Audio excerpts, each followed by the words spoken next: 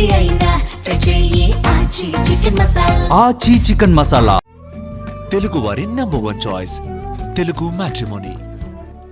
IPS Sunil నాయక్ను AP పోలీసులు ఎందుకు అరెస్టు చేయలేకపోయారు? వివరాల్లోకి వెళ్ళినట్లయితే ఏదైతే రఘురామకృష్ణరాజు గారి కస్టోడియల్ టార్చర్కి సంబంధించిన కేసులో సునీల్ నాయక్ని ఆయన అక్యూజ్డ్గా ఉన్నాడు, ఆయన అరెస్ట్ చేయాలి అని చెప్పేసి ఏపీ పోలీసులు తాజాగా బీహార్ వెళ్ళిన సంగతి తెలిసింది. బీహార్ ఎందుకు వెళ్ళారు అంటే యాక్చువల్గా ఇదే సునీల్ నాయక్ మన ఆంధ్రప్రదేశ్లో సిఐడి విభాగంలో ఆయన పనిచేశారు. అది డెప్యుటేషన్ మీద జగన్మోహన్ రెడ్డి గారి హయాంలో. సో ప్రభుత్వం మారిన తర్వాత అతను మరలా బీహార్కి వెళ్ళిపోయారు. సో అక్కడ డిఐజీ హోదాలో ఆయన ఇప్పుడు చేస్తూ ఉన్నారు సర్వీసు. ఈ నేపథ్యంలోనే పైగా ఆయన ఇప్పుడు ఫైర్ సర్వీసెస్లో డిఐజీగా ఉన్నారు. సో ఈ రఘురామకృష్ణరాజు గారి కస్టోడియల్ టార్చర్కి సంబంధించిన కేసులో ఏపీ పోలీసులు నిన్న అక్కడికి వెళ్ళడం జరిగింది. మనం అనుకున్నాం, ఆల్రెడీ దీనిపైన వీడియో కూడా చేసాం. రాత్రికో ఈరోజు మార్నింగ్కో ఖచ్చితంగా ఇక్కడికి తీసుకొస్తారు అని చెప్పేసి ట్రాన్సిట్ వారెంట్ మీద. ఊహించిన విధంగా అక్కడ పోలీసులు మరి ఏం జరిగిందంటో తెలియదు కానీ మొత్తానికి ఆయనకి ట్రాన్సిట్ వారెంట్ లభించాల. అసలు ఏం జరిగింది అనేది మీకు వివరంగా తెలియజేస్తాం. సో ఇక్కడ ఏంటి అంటే వీళ్ళు బీహార్ అంటే పాట్నాకి, ఈయన పాట్నాలో చేస్తున్నారు కదా, పాట్నాకి వెళ్ళారు. వెళ్ళిన తర్వాత ఆయన గెస్ట్ హౌసో ఇల్లో ఏదో ఉంటుంది కదా, అక్కడికి వెళ్ళారు. వెళ్ళిన తర్వాత అంటే వెళ్ళేసరికే ఎర్లీ మార్నింగ్ 5:30కి ఇప్పుడు దిగారట. వెళ్ళగానే యాక్చువల్గా డోర్ నాక్ చేస్తారు కదా, చేస్తుంటే ఎవరు ఓపెన్ చేయలేదు. బహుశా అందరు లేవాలి కదా, ఎర్లీ మార్నింగ్ కాబట్టి. డోర్ నాక్ అంటే డైరెక్ట్గా డోర్ ఉండదుగా, కాంపౌండ్ వాళ్ళు ఇవన్నీ ఉంటాయి. సో ఎవరు లేకపోయేసరికి ఏఎస్పీ అంటే వాళ్ళతో పాటు ఇప్పుడు మన ఏపీ పోలీసులు ఏఎస్పీ ఉంటారు కదా, ఆయన ఏం చేశారంటే గోడ దూకేసి వెళ్ళారట. సో గోడ దూకేసి వెళ్ళేసరికి వెళ్ళి డోర్ తీద్దాం అనుకునేసరికి అప్పుడు అక్కడ వాళ్ళు ఉంటారు కదా, గార్డ్స్, సెక్యూరిటీస్ వీళ్ళందరూ ఉంటారు. సో వాళ్ళు లేచారు. అసలు ఎవరు మీరు, ఏంటి ఇది, ఎట్లా వస్తారని చెప్పేసి అంటే మేము ఇట్లా ఏపీ పోలీసులు అయితే దానికి ఒక పద్ధతి పాడు లేదా, మీరు ఎలా గోడ దూకి వచ్చేస్తారు అది ఇది అని చెప్పేసి అన్నారు. అన్న తర్వాత ఈలోపు వాళ్ళ మధ్య వాగ్వాదం జరుగుతూ ఉండగానే ఈ సునీల్ నాయక్ ఆయన లేచారట. లేచి ఆయన బయటకు వస్తూ చూసి ఏంటి ఎవరు మీరు ఏంటంటే, ఇదిగో వాళ్ళ దగ్గర ఉన్న పేపర్స్ మొత్తం డాక్యుమెంట్స్ చూపించి, ఇదిగోండి మేము ఇట్లా ఏపీ నుంచి వచ్చాం, మీ పైన ఇట్లా ఆరోపణలు ఉన్నాయి, మీతో మాట్లాడాలని చెప్పేసి ఫస్ట్ వాళ్ళతో చెప్పడం. ఇక ఆ తర్వాత సరే అని లోపల కూర్చొని ఇక మరి అది ఇంట్రాగేషన్ అంటారా ఇంకోటి అంటారా ఏదైనా కానీ మొత్తానికి వాళ్ళతో జరుగుతూ ఉన్న క్రమంలో ఈ ఎవరైతే ఈ బయట స్టాఫ్ ఉన్నారో వీళ్ళందరూ ఏం చేశారంటే వాళ్ళ సీనియర్ ఆఫీసర్స్కి, హైరార్కీస్కి కాల్ చేస్తారు కదా, ఇట్లా ఏపీ పోలీసులు వచ్చారండి, ఎందుకు వచ్చారో తెలియదు, సునీల్ నాయక్ గారి కోసం వచ్చారని చెప్పేసి చెప్పడంతో ఇక వాళ్ళు అక్కడి నుంచి వాళ్ళు వచ్చారు. వాళ్ళు వచ్చిన తర్వాత అసలు మొత్తం దాదాపుగా ఇక మొత్తం టీం అక్కడ ఉండిపోయారనమాట. సో వీళ్ళు ఎంతమంది టీం వెళ్ళారు, అక్కడ ఎంతమంది గ్యాదర్ అయ్యారు చూడండి. ఇది ఒక తంతు. వెళ్ళిన తర్వాత ఇక ఇప్పుడు ఏం చేస్తారు, మొత్తం పరిస్థితులన్నీ ఇక మొత్తం రివర్స్ అయిపోయేసరికి ఏపీ పోలీసులు ఏం చేశారు, లోకల్ పోలీస్ స్టేషన్కి ఫోన్ చేశారు.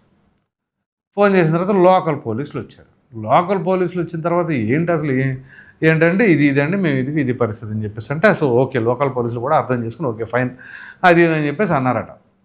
అన్న తర్వాత వీళ్ళు ఏం చేశారు, అక్కడ ఒక హాస్పిటల్కి తీసుకెళ్ళాలి, మెడికల్ టెస్టులు చేయించిన తర్వాత అక్కడ నుంచి లోకల్ మేజిస్ట్రేట్ దగ్గరికి తీసుకెళ్ళాలి కదా, లోకల్ మేజిస్ట్రేట్ దగ్గరికి తీసుకెళ్ళారు.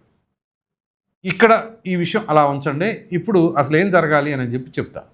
పోలీసులు ఏం చేయాలి, యాక్చువల్గా ఎప్పుడైనా సరే పక్క రాష్ట్రానికో వేరే రాష్ట్రానికో వెళ్ళి ఎవరినైనా సరే అరెస్ట్ చేయాలనుకున్నప్పుడు ఖచ్చితంగా ఆ లోకల్ పిఎస్ పరిధిలో, ఏ లోకల్ పిఎస్ పరిధిలోకి వస్తుందో ఆయన నివాసం కావచ్చు, ఆఫీస్ కావచ్చు, ఎక్కడైతే ఆ లోకల్ పోలీస్ స్టేషన్లోకి వెళ్ళి అక్కడ ఫర్దర్గా ముందు కంప్లైంట్ చేయాలి.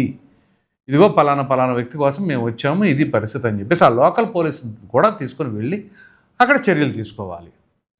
మరి మన ఆంధ్రప్రదేశ్ టీం ఎవరైతే ఎస్పీ దామోదర్ గారి టీం ఉందో వాళ్ళు వెళ్ళారు కదా, వెళ్ళినప్పుడు మరి ఇవన్నీ లేకుండా ఎలా వెళ్తారు, అసలు లోకల్ పోలీస్ స్టేషన్ వాళ్ళకి కబురు చేయకుండా ఎలా ఉంటారు, చేయాలి కదా. ఒకవేళ ఎందుకు చేయలేదంటారు, చేయాల్సిన అవసరం లేదు అని చెప్పేసి అంటారు. ఆల్రెడీ ఆయన పైన కేసు ఉంది కాబట్టి అని చెప్పేసి అంటారు. ఏ కేసు ఉన్నా ఏమున్నా సరే చెయ్యాలి.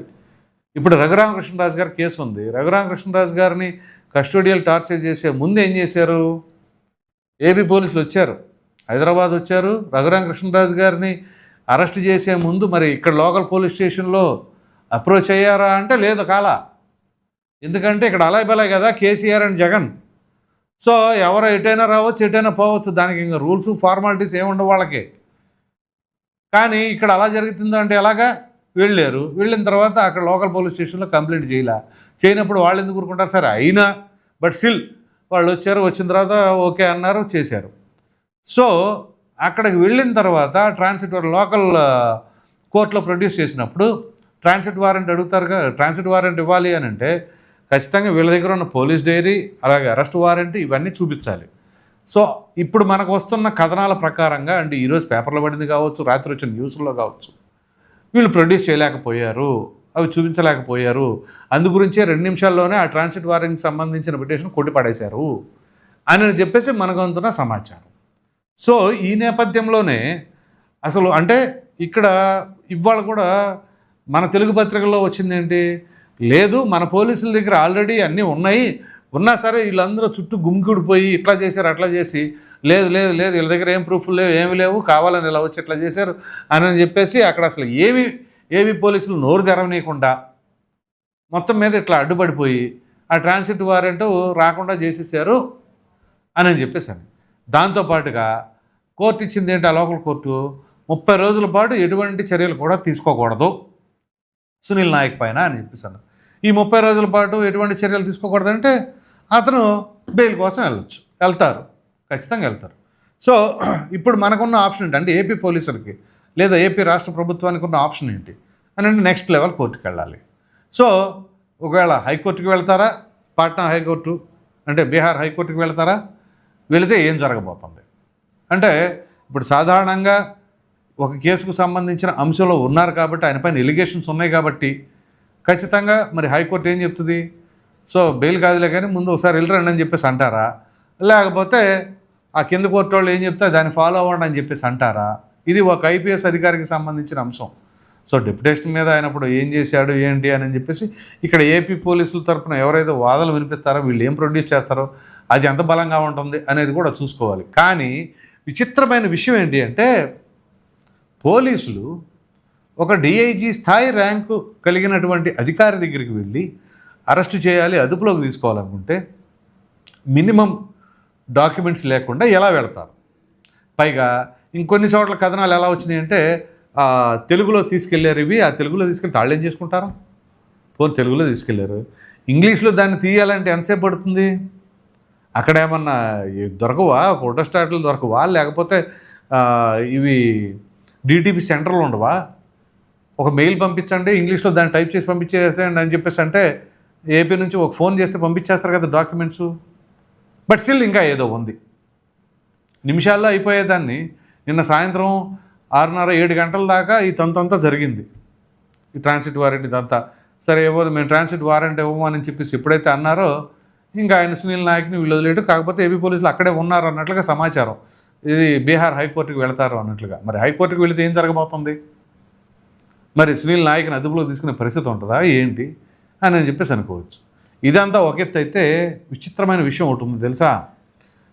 ఈ ఎపిసోడ్ ఎప్పుడైతే జరిగిందో ఈ ఐపీఎస్ సునీల్ నాయక్ కూడా ఏం చేశారో ఒక ట్వీట్ చేశారు. ఆ ట్వీట్ ఏంటో తెలుసు, నేను ఆ ట్వీట్ ట్రై చేస్తే దాన్ని ఫాలో అయ్యే వాళ్ళకే ఓపెన్ అవుతుందంట. అది మరి లాక్ కూడా ఉంది, సెక్యూరిటీ లాక్ అనమాట.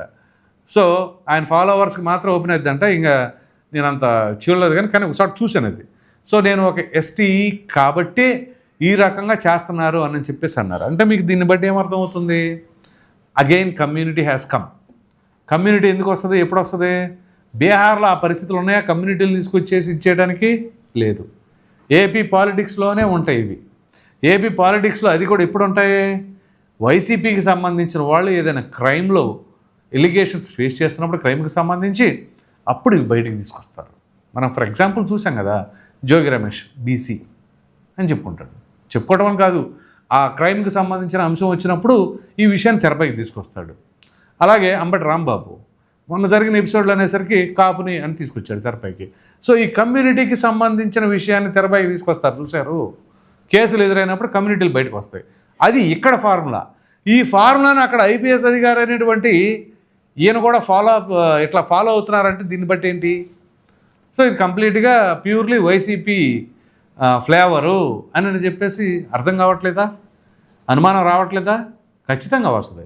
సో అంటే జగన్మోహన్ రెడ్డి గారి హయాంలో ఆయన డెప్యుటేషన్ మీద వచ్చి ఇక్కడ చేసిన దానికి ఇక్కడ ఫాలో అవుతున్న ఇదంతా కూడా ఆ ప్యాటర్న్ అంతా కూడా అర్థం చేసుకున్నాడేమో. అందుకనే ఇమ్మీడియట్గా నేను ట్రైబల్ కాబట్టి ట్రైబల్ అయితే ఉద్యోగం వచ్చినప్పుడు ట్రైబల్ అయినప్పుడు ఏదైనా ఏ కమ్యూనిటీ అయినా ఏదైనా యాజ్ పర్ రూల్స్ ఫాలో అయితే ఇవాళ ఈ ప్రాబ్లం రాదే. చాలామంది వచ్చారు అధికారులు, కానీ ఎంతమంది మీద వచ్చినాయి ఇట్లాంటి డెలిగేషన్స్, మీ మీద ఎందుకు వచ్చినాయి అనేది కూడా ప్రశ్నించుకోవాలి కదా.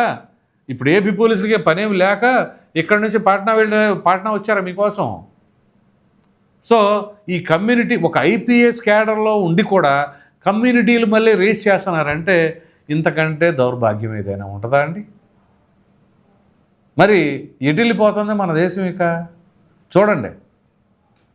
సో ఒక డిఐజీ స్థాయి అధికారి కూడా కమ్యూనిటీలు తెరపైకి తీసుకొస్తున్నారని అంటే ఏ రకంగా పొల్యూట్ అయిపోయిన సిస్టమ్ అని చెప్పి అర్థం చేసుకోండి. సో ఆయన చేసినవన్నీ కూడా బ్రహ్మాండమే, ఏ తప్పు లేదు. కానీ ఆయన మీద కక్ష కట్టి ఇవాళ వీళ్ళందరూ అలా వెళ్ళారని చెప్పేసి అనుకోవాలా? ఇట్లా ఉంటుందన్నమాట పరిస్థితి. సో ఇప్పుడు సునీల్ నాయక్ మరి ఏం చేస్తారు? ఈ నెల రోజుల పాటు ఆయన ఇబ్బంది లేకుండా అలాగే కంటిన్యూ అవుతారంటే వీళ్ళు హైకోర్టుకి వెళ్తే బెయిల్ వస్తుందా రాదా, ఏం జరగబోతుంది? అసలు ఏపీ పోలీసులు ఈ రకమైన వ్యవహారంతో ఎందుకు వెళ్ళారు? వాళ్ళు పక్కాగా పకడ్బందీగా విత్ అరెస్ట్ వారెంట్తో వెళ్ళాలి. అట్ ద సేమ్ టైం అక్కడ లోకల్ పిఎస్లోకి వెళ్ళాలి, అక్కడ ఇంటిమేషన్ ఇవ్వాలి. వాళ్ళని తీసుకొని అక్కడికి వెళ్తే ప్రొసీజర్ ప్రకారంగా నడిచినట్టు ఉంటుంది కదా. ఆ ప్రొసీజర్ ప్రకారంగా నడిస్తే ఇంకా తప్పించుకోవడానికి ఎక్కడ ఉంటుంది? అప్పుడు ట్రాన్సిట్ వారెంట్ వచ్చేదా రాదా that is secondary. But as per procedure follow అవ్వాలి కదా పోలీసులైనా ఎవరైనా. మరి ఎందుకు ఫాలో అవ్వలేదు అంటే ఆర్టికల్స్ వచ్చిన దాన్ని బట్టి నేను చెప్తున్నాను. సో ఎందుకు ఫాలో అవ్వలేదు ఏంటి అంటే మరి ఎస్పీ గారు ఏ రకంగా చెప్పారు, ఏం జరిగింది, ఇప్పుడు దాన్ని కూడా రాజకీయం చేస్తున్నారు. మరి వైసీపీ వాళ్ళు ఏమంటున్నారు, ఇదిగో చూసారా కావాలని రఘురామకృష్ణరాజు ఇట్లా ఈ రకంగా పురిగొల్పి మరి పంపించాడు కాబట్టి ఇది ఎట్ట జరిగింది, అది ఇది పెద్ద దెబ్బ పడింది అని చెప్పేసి వాళ్ళు అంటున్నారు. అనుకుంటారు అంతే ఖచ్చితంగా. ఎందుకంటే వీళ్ళు కరెక్ట్ ప్రాసెస్లో వెళ్ళినట్లయితే ఇవాళ ఈ పరిస్థితి తలెత్తేది కాదు కదా. సో ఓవరాల్గా మాట్లాడుకోవాల్సి వస్తే మరి ఏపీ పోలీసులు నెక్స్ట్ లెవెల్ కోర్టుకి వెళ్తారా, అదే హైకోర్టుకి వెళ్తారా, వెళ్తే ఏం జరగబోతుందో తెలియాలి అంటే మరికొంత సమయం వేచి చూడాలి. మరి మీరేమనుకుంటున్నారు? ఏపీ పోలీసులు చేసింది కరెక్టేనా, కరెక్ట్ ప్రొసీజర్ ఫాలో అయితే బాగుండేది అనుకుంటున్నారా అనే అభిప్రాయాన్ని అయితే కామెంట్లో ఖచ్చితంగా తెలియజేయండి. Thank you.